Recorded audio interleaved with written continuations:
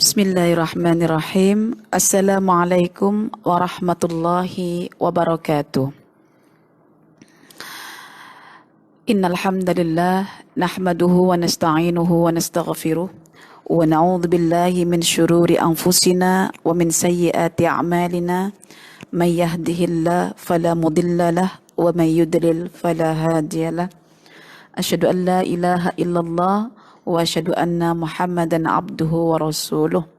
Rabbi shrah li sadri wa yassir li amri wahlul 'uqdatam min lisani yafqahu qawli. Rabbi zidni ilman warzuqni fahman. Amin ya rabbal alamin.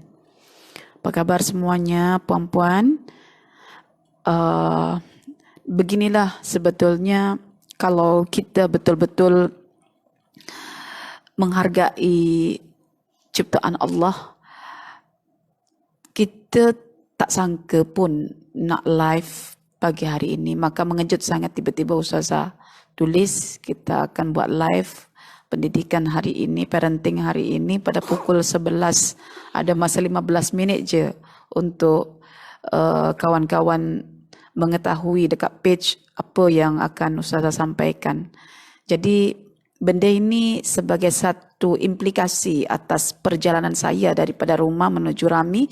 Fenomena yang kami saksikanlah membuat hati ini tergerak untuk berkongsi sedikit sebanyak tentang apa yang kami saksikan. Alhamdulillah, puan-puan dan tuan-tuan, bersama saya ada seorang budak kecil ni yang bernama Asyaz At-Taqi. Ya, memang saya tak punya siapa-siapa kecuali dalam diri saya ni ada sebentuk harapan kepada anak saya yang kecil ni. Yang besar dia sudah ada aktiviti lah, ada belajar hari ini. Jadi yang kecil ni saya biarkan bersama saya, mengikuti perkembangan saya, jalan bersama saya. Apa yang saya rasa penting untuk disampaikan, saya akan sampaikan. So hari ini Ananda Asyaz berusaha untuk mendengarkan apa yang disampaikan uminya, sekaligus nanti akan sedikit berkongsi tentang fenomena alam yang dia saksikan.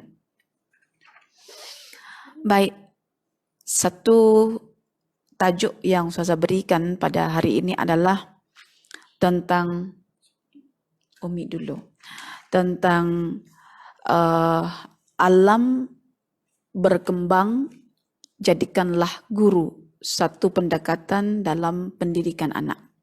Ya, itu satu tajuk pada pagi hari ini. So kita kira ini sebagai satu siri parenting lah dalam bab pendidikan anak. Ada mungkin di antara rakan-rakan sekalian yang memiliki anak, ada juga mungkin yang belum memiliki anak, ada mungkin sudah yang memiliki cucu, bahkan ada juga yang memiliki cicit. Ada semacam satu pergolakan dalam jiwa rakan-rakan sekalian. Pergolakan itu saya baca sebab ada yang meluahkannya. Ada semacam rasa susah dalam mendidik. Memang benar, mendidik itu susah, tidak ada yang mudah.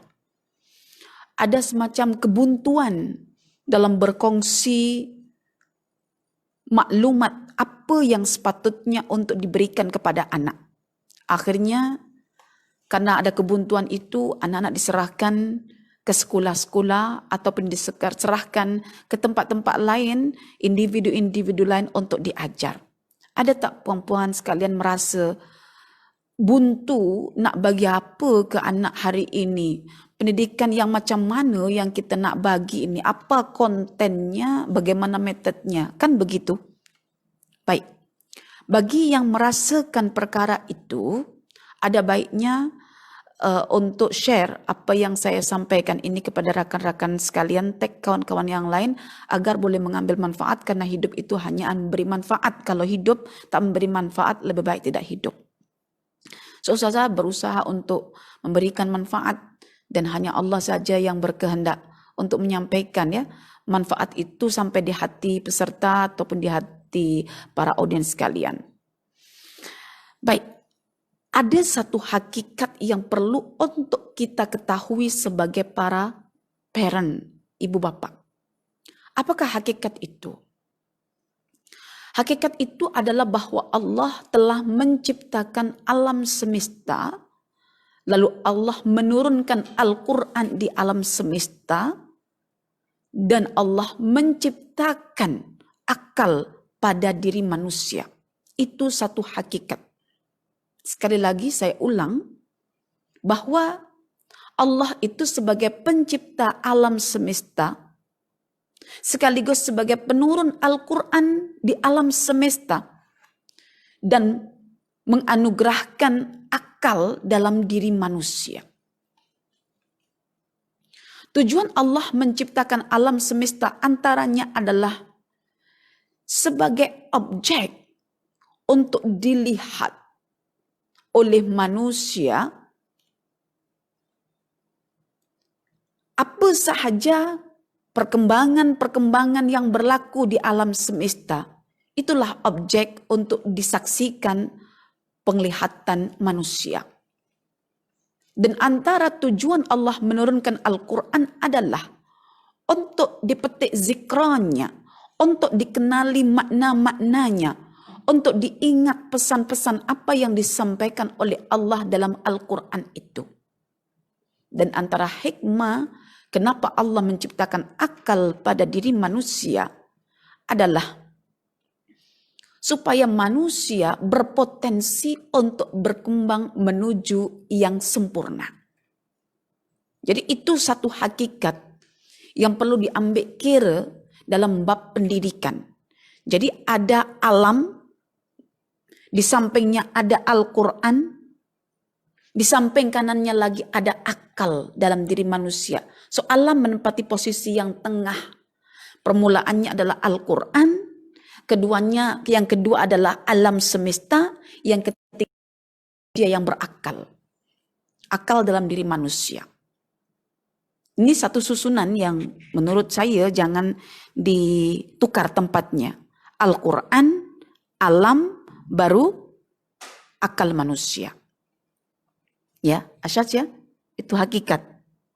Jadi Allah itu menurunkan Al-Quran, menciptakan alam, meletakkan akal dalam diri Asyaj. Oke? Itu satu hakikat. Asyaj mesti ingat di situ. Sampai Umi tak ada nanti, Asyaj kena pegang hakikat ini. Masih ingat tadi Asyaj? Allah menurunkan coba sebut. Allah menurunkan Al-Quran. Allah menurunkan Al-Quran. Yang kedua, Allah menciptakan alam semesta. Dan yang ketiga, Allah menganugerahkan menganugerahkan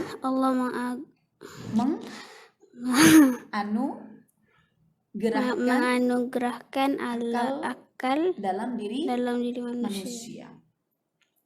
Hakikat ini kalau para parent mengambilnya, sebetulnya amat memudahkan dalam kinerja atau kerja pendidikan. Mengapa? Karena bagi saya, selepas mendalami Al-Quran, saya akhirnya menemukan model pendidikan yang ideal dalam Al-Quran.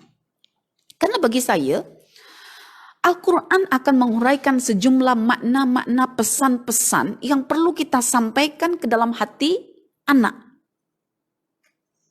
Maka ada satu jambatan yang menghubungkan antara makna Al-Quran dengan hati anak. Dan itulah alam semesta. Itulah fenomena alam. Itulah fakta-fakta real di alam semesta. Karena itu alam semesta hanyalah tamsilan, media yang dapat menghubungkan pesan-pesan Al-Quran ke dalam hati anak. Itu yang kita katakan sebagai transformasi makna ke dalam hati melalui fenomena. Dan inilah metode Al-Quran yang kita kenal dengan Al-Amthal fil Quran. Menurut saya, seorang parent yang ideal dalam mendidik anak, karena nak bawa anak itu ke akhirat, maka mesti bagi saya memahami konten Quran, apalagi mau memahami dan mengkaji serta meneliti dengan sungguh-sungguh tamsilan-tamsilan dalam Al-Quran yang kita sudah akan kelaskan insya Allah sebagai satu bekalan konten plus bekalan method untuk para parents yang memiliki anak atau memiliki cucu atau tak punya anak, tak punya cucu tapi punya diri sendiri, yaitu dirinya. Nah, ini yang saya katakan amsal. Karena itu kelebihan-kelebihan yang akan diperolehi bagi orang yang mendalami perumpamaan dalam Quran adalah, pertama, orang itu akan mengenal makna-makna dalam Al-Quran yang hendak disampaikan Al-Quran ke dalam hati manusia. Jadi rugi kalau kita tak belajar Al-Amthal. Yang kedua, seseorang itu akan faham satu pengetahuan tentang alam, sifat-sifatnya alam itu macam mana. Ketika diperhatikan, tak kunjung datang ilmunya misalnya, Quran mengungkapkan. Jadi dapat makna dalam Al-Quran, dapat ilmu tentang alam, itu orang yang mengkaji Al-Amsal fil Quran. Bahkan yang ketiga, pada hakikatnya, hati Anda akan menghargai Al-Quran dan alam. Seperti hakikat yang saya kemukakan tadi. Allah menurunkan Al-Quran dan Allah menciptakan alam semesta. Dan yang keempat, Anda akan terlatih. Ya, seseorang yang belajar Al-Amsal fil Quran akan terlatih untuk menjadi ulul albab dan ulul absar. Dan inilah bekalan yang paling utama dimiliki ibu bapa ketika hendak mendidik anak dengan Quran, dengan alam, melalui kaedah transformasi makna menuju akal atau hati anak dengan melalui alam semesta. Itu kelebihan kalau kita belajar Al-Amsal fil Quran. Apalagi nanti perempuan kalau misalnya join saya punya seminar pendidikan anak berasaskan Asmaul Husna, ma'rifatullah terhadap Asmaul Husna, akan nampak nyata kenapa Ustazah mengadakan kelas Al-Amsal fil Quran.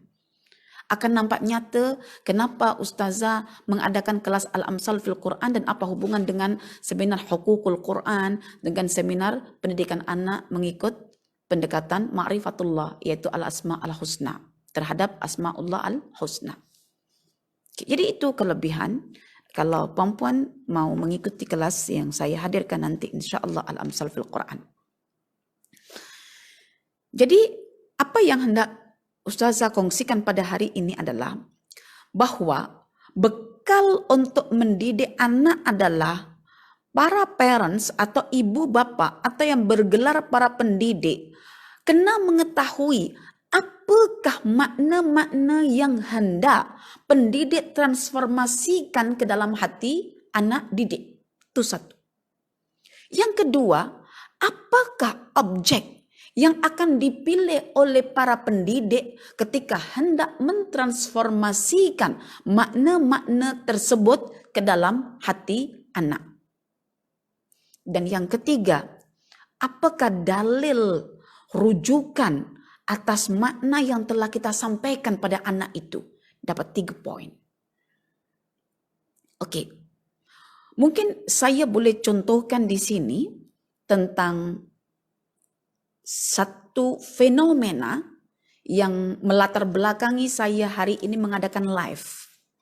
Yaitu fenomena bersama anak saya ketika tadi singgah dekat pejabat pos.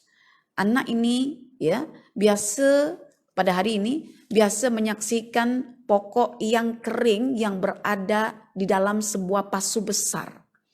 Pokoknya itu sudah menguning daunnya, sementara dia menyaksikan setiap pagi pukul 10 itu cahaya atau sinar matahari, bukan cahaya, sinar matahari begitu panas dan menghadap terus pokok itu ke arah sinar matahari. Lalu hari ini dia berkata, tadi adik kata apa terhadap pokok itu? Kesian tengok pokok itu, Umi, kan gitu. Coba cakap, apa yang adik rasa ketika adik melihat pokok yang kering kena sinar matahari yang begitu panas? Kalau macam tu kita kena bagi air ke tanaman. Kalau manusia tu kita kena siram dengan Al-Quran. Oke. Apa hubungan air dengan Al-Quran? Air tu diibaratkan macam Al-Quran lah, menyiram tu kita, hati kita. Adik mau tak jadi pokok yang kering kena sinar matahari tetapi tidak ada satupun manusia yang memberikan siraman air? Mau tak? Cakap tak mau. Tak mau. Sebab apa tak mau?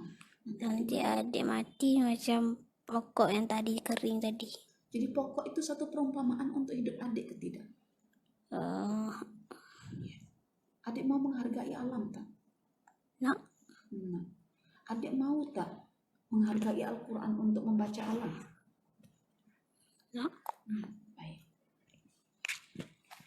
Apabila kita membiasakan anak-anak itu berpikir, adik di sini saja dulu. Dia akan berusaha menjadikan alam itu sebagai perumpamaan untuk dirinya. Jadi fenomena yang disaksikan hari ini adalah pokok yang kering. Dia kata, Umi, jom kita siram pokok itu. Saya katakan, kita tak mampu siram hari ini. Mengapa? Kita tidak ada bekalan air untuk menyiramnya. Habis kalau tak disiram macam mana pokok nasibnya? Nasib pokok itu macam mana? Ya mungkin dia akan mati. Coba kita kembalikan pokok itu gambarannya siapa? Gambaran asyaj. Lalu sinar matahari itu gambaran apa? Ujian-ujian yang akan menimpa asyaj. Lalu air yang akan disiramkan ke pokok itu apa? Al-Quran. Bermakna apa? Coba adik bayangkan kalau hidup tanpa Al-Quran, laksana pokok tanpa siraman. Jadi anak itu terbiasa menganalogikan antara fakta itu dengan keadaan dirinya. Ada semacam nilai persamaan dalam hidupnya. Dan itu tak boleh anak buat seketika tanpa kita membimbingnya. Dan kita tak mungkin membimbingnya apabila kita tidak intens memerhatikan metode Quran dalam menyampaikan makna ke dalam hati manusia melalui fenomena alam. Itu yang kita belajar Al-Quran itu. Lalu saya katakan pada dia, bagaimana seandainya sampai esok hari kita tak punya air juga? Matilah pokok itu Umi.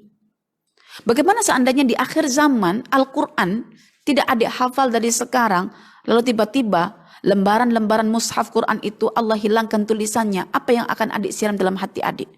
Tidak ada. Maka dari sekarang belajarlah Al-Quran. Nak masukkan makna agar dia mau menghafal Quran, nak masukkan makna agar dia menghargai Quran, agar hidup bersama Al-Quran, menelan pesan-pesan Al-Quran. Saya memerlukan objek itu agar dia saksikan. Lalu selepas kami parking kereta, lepas dari pejabat pos tadi, kami menyaksikan fenomena yang baru lagi. Apa tadi fenomenanya, Dek? Ada sarang burung dekat pokok yang kering juga. Bukan kering, masih hidup. Masih hidup tapi dia macam, tapi tak disiram. Awas tu ada burung ni kat situ, bersarang kat situ. Adik tahu tak apa yang Allah hendak masukkan pesan dalam fenomena itu? Adik fikir coba.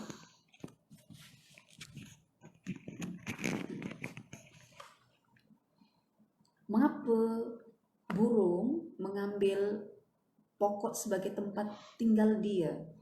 Pasal tempat itu tempat yang teduh. Tempat yang teduh. Pokok bermakna memberi manfaat tak pada burung itu. Maknanya kalau hidup itu kena memberi manfaat ke kena memberikan bahaya? Manfaat. Kena memberi manfaat kan?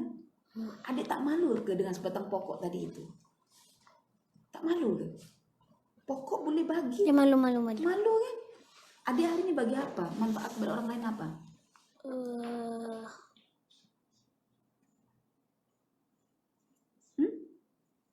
Kalau pokok hari ini memberi manfaat untuk burung, hari ini adik beri manfaat untuk siapa?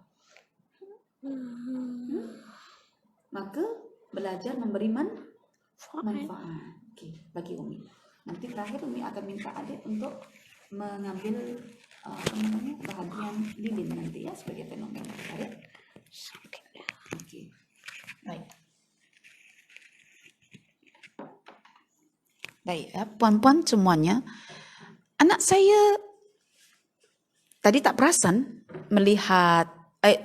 ada pokok yang menghijau dan di atas tengah-tengah pokok itu ada sarang burung yang cukup besar.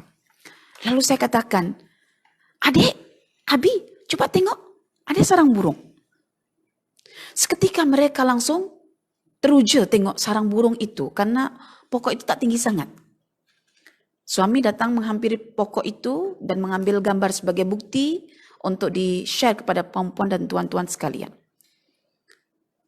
Saya belum sempat memberikan makna melalui fenomena itu kepada dia. Saya suruh tengok je.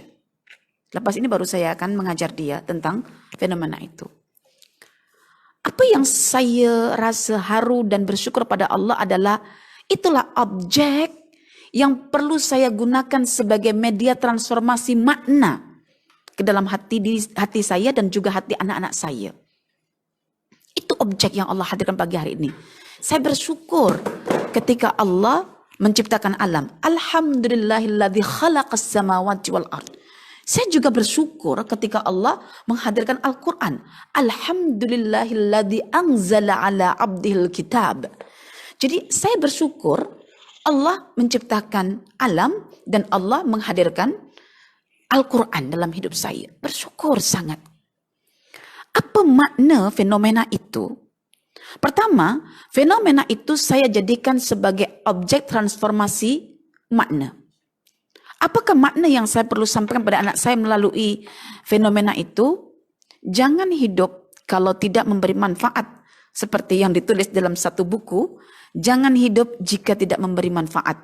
Dengan mengambil banyak sampel-sampel fenomena alam di sini untuk menjadi media dalam mentransformasikan pesan jangan hidup tanpa memberi makna ke dalam hati pembaca. Bagus buku itu dimiliki, jadi boleh menjadi satu inspirasi terhadap pendidikan anak-anak kita. Pokok memiliki akar, dia memiliki batang, dan ditop up dengan adanya daun-daunan. Nanti boleh menghasilkan bunga, plus juga buah. Ada jenis pokok yang rindang menghasilkan buah, ada jenis pokok yang rindang tidak menghasilkan buah, ada jenis pokok yang rindang tapi menghasilkan bunga saja. Pokok dengan kehijauan daunnya membuat burung memilihnya menjadi tempat. Bermakna pokok menghadirkan makna, menghadirkan manfaat untuk burung itu sehingga burung rasa selesa menumpang hidup di atas kehidupan pokok itu. Pertanyaannya untuk kita, adakah kita sudah bercermin dengan pokok itu untuk memberikan manfaat untuk orang lain atau kita selalu mengambil manfaat dari orang lain sahaja? Pada konteks hari ini, kenapa burung tidak mendapatkan tempat yang layak? Pokok-pokok yang bermanfaat itu banyak ditebang. Di tepi-tepi jalan ditebang. Sehingga dia mengambil tempat atau sarang itu dekat bangunan-bangunan, mall ataupun restoran ataupun yang lainnya. Karena dia tak memiliki lagi habitat. Tempat dia mencari atau tempat dia berlindung. Itu kesalahan manusia. Manusia hari ini tidak menghargai fenomena alam sehingga main cantas, bukan cantas lagi. Saya sedih apabila pokok-pokok yang besar, yang kuat akarnya, gagah batangnya, rindang daunnya, di tepi jalan lagi beberapa buah itu ditebang daripada dasarnya. Ya Allah, sedih saya. Jadi manusia tak memberi manfaat untuk alam, tapi justru menebang alam itu berupa pokok-pokok. Akhirnya burung tidak mendapatkan perlindungan lagi di situ. Disitulah saya menyisipkan makna Al-Hafidh. Allah memberikan perlindungan kepada siapa? Kepada burung. Kepada siapa lagi? Kepada kita yang boleh berteduh di bawah pokok. Maka bercerminlah melalui fenomena dan jadikanlah alam itu sebagai guru kita untuk belajar. Itu fenomena hari ini yang saya saksikan. Maka perempuan, tuan-tuan jangan rasa heran ya. Kalau Quran misalnya nak memasukkan makna berimanlah kepada Allah. Sembahlah Allah sahaja. Tauhidkan Allah sahaja. Itu Quran memerlukan data-data alam semesta. Di mana Al-Quran akan mengambil perumpamaan syajarah tayyibah. Dalam surah Ibrahim. Perumpamaan kalimah tayyibah laksana syajarah tayyibah asluha sabit wa far'uha fis sama tu'ti ukulaha kulla hinin. Allah hendak mentransformasikan makna tauhidullah itu melalui alam semesta yang namanya pokok, yang kuat, yang akarnya menghujam ke dasar, batangnya tegak, kemudian daunnya rimbun, buahnya tak mengenal musim. Bermakna kita diajak untuk menjadi seorang mukmin yang sejati. Itu caranya Allah nak mengajak kita beriman melalui fenomena alam. Akhirnya dari keimanan timbul keyakinan. Inilah dunia pendidikan itu sebenarnya. Atau contoh misalnya Allah tak menginginkan kita memiliki sifat munafik. Apa makna munafik itu? Makna ini yang menghalang kita untuk tidak menjadi munafik. Kita diminta untuk melihat keadaan manusia yang menyalakan api. So kita akan tahu sifatnya api itu bagaimana. Kenapa orang munafik diibaratkan seperti orang yang menyalakan api. Bagaimana jadinya seandainya api itu cahayanya dihilangkan. Maka yang ada cuma panas dan gelap. Bagaimana nasib manusia ketika kepanasan dan kegelapan. Sengsara. Maka pesannya jangan jadi orang munafik. Jadi pendidikan ini boleh kita katakan susah bila tak tahu metode dan konten. Dikatakan mudah apabila sudah mengalami kesusahan dalam mencari metode dan konten. Dan lagi susah ketika bertempur dengan hasil tak didapat-dapat. Kontennya sudah dapat, metodenya sudah dapat, objeknya pun sudah dapat, tapi tak sampai-sampai juga. Subhanallah, itulah pendidikan anak hari ini. Maka alangkah baiknya perempuan misalnya mengikuti seminar saya, pendidikan anak, bagaimana kita nak tanamkan benih tauhid ke dalam hati anak di usia masih kanak-kanak melalui pendekatan Al-Quran dengan mengambil sisi Al-Asma Al-Husna. Kita follow up lagi dengan Al-Amsal fil Quran. Kita follow up lagi dengan Al-Aqsam fil Quran. Masya Allah, jadi hidup kita betul-betul merealisasikan makna Alhamdulillahilladzi khalaqas samawati wal ard. Alhamdulillahilladzi anzala ala abdihil kitab. Alhamdulillahi rabbil alamin arrahmanir rahim. Masya Allah. Jadi perempuan dah tahu apa yang hendak dilakukan selepas ini terkait dengan buah hati kita. Baik. Jadi di sini saya hendak menjemput Ananda Asyaj Attaqi untuk berkongsi sedikit tentang fenomena yang dia saksikan hari-hari, di mana dia paling suka membakar kertas dengan api. Dan dia berusaha untuk mengaitkan apabila kertas itu ibaratnya seperti lilin. Jadi dia membuat satu gambaran tentang lilin, ya, gambaran tentang lilin, dan lilin inilah yang membuat ya dia semakin menghargai tentang fenomena alam, ya. Jadi beliau nih, si kecil nih, sudah menghadirkan kepada saya tentang sebatang lilin yang menyala. Mari kita dengarkan sedikit perkongsian dia tentang sebatang lilin yang menyala. Oke? Kan mintanya. Oke, bertanya. Gimana yang mendekat sedikit itu?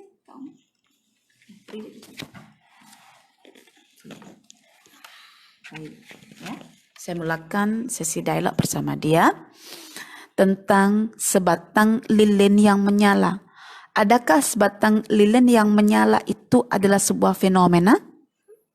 Itu adalah fenomena Fenomena apa? alam semesta. Baik. Satu data ya, bahwa sebatang lilin yang dinyalakan itu adalah sebuah fenomena.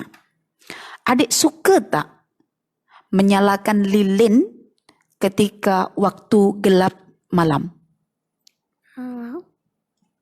Mau, suka. Apa tujuan menyalakan lilin itu? Ia menerangkan di semasa malam-malam yang gelap. Oke.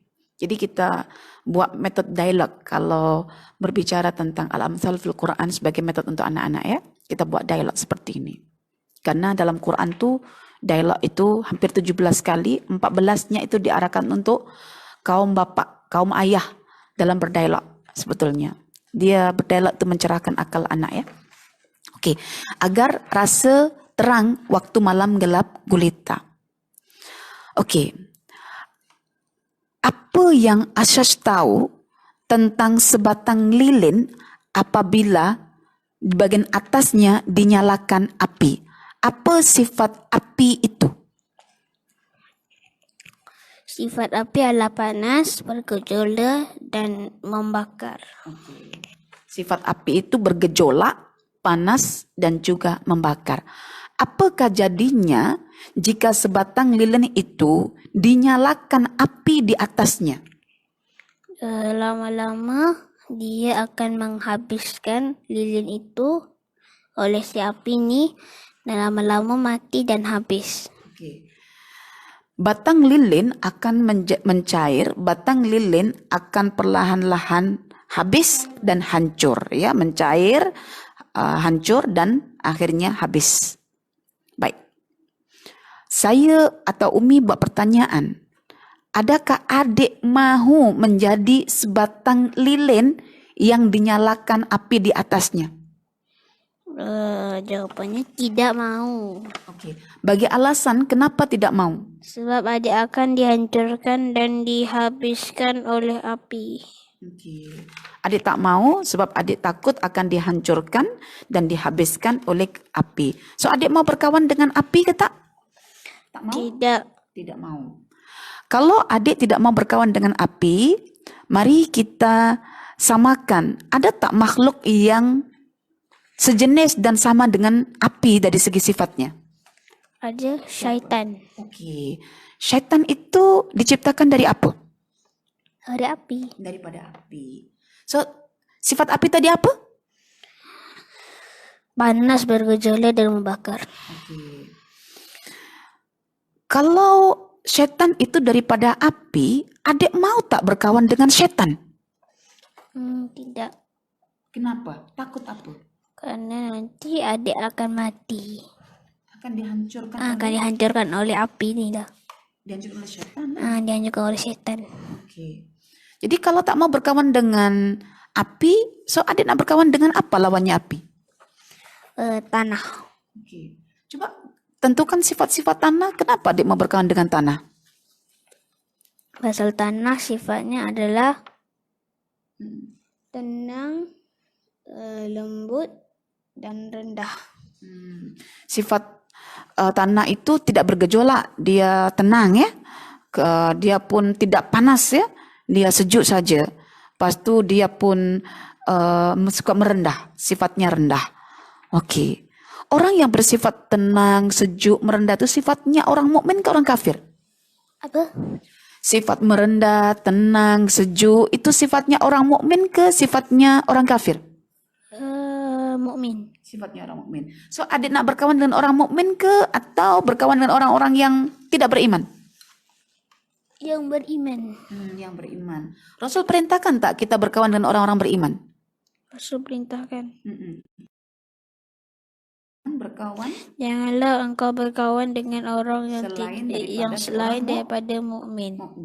Oke, jangan engkau berkawan melainkan dengan seorang mukmin, karena dia akan memberikan ketenangan, kesejukan, dan rasa tawadu. Oke, jadi apa makna yang adik boleh tangkap di sini? Apa pesan Umi sebetulnya yang hendak Umi bagi ke adik melalui fenomena lilin itu? Apa? Apa pesan Umi melalui lilin tadi itu ke dalam diri adik? Pesan Umi itu apa? Jangan berkawan dengan? Janganlah berkawan dengan api, berkawanlah dengan tanah. Janganlah berkawan dengan setan. Janganlah berkawan dengan syaitan, janganlah berkawanlah dengan orang beriman. Oke. Jadi itu yang saya coba bagi kepada anak saya melalui fenomena yang dia suka lukis tapi tak tahu nak membaca macam mana. Jadi saya bimbing. Jadi dari lilin itulah saya memberikan makna jangan berkawan dengan api tapi berkawanlah dengan tanah. Janganlah berkawan dengan setan tapi berkawanlah dengan orang-orang beriman. Itu yang hendak saya tanamkan dalam diri anak saya. Dan itu Dan dalil yang hendak saya sampaikan ataupun rujukan nas yang saya hendak sampaikan kepada dia adalah hadis Nabi Shallallahu Alaihi Wasallam, jangan berkawan melainkan dengan orang beriman. Dari sini perempuan, ya tuan-tuan akan tahu bahwa dalam mendidik anak itu memerlukan nas-nas agama, yaitu Quran dan Sunnah, sekaligus memerlukan objek yang mendekatkan anak pada sebuah makna, yaitu fenomena, dan tentunya memerlukan sendiri makna yang kita ambil daripada ayat-ayat Quran ataupun dalil-dalil yang berbentuk sunnah nabawiyah. Dengan demikian, dalam hati kita yang Allah bagi fitrah sentiasa dekat dengan anak, bermakna kita akan dekat terus dengan Al-Quran. Perempuan yang dekat dengan anak, dia akan selamatkan anaknya dari penjara akhirat. Dia akan selamatkan anaknya daripada kebinasaan yang abadi. Dengan cara apa? Dia akan mendekat pada Al-Quran, dia akan mendekat pada alam, dan dia akan mendekat. Macam semalam itu yang ibunya ayam melawan Sakinah.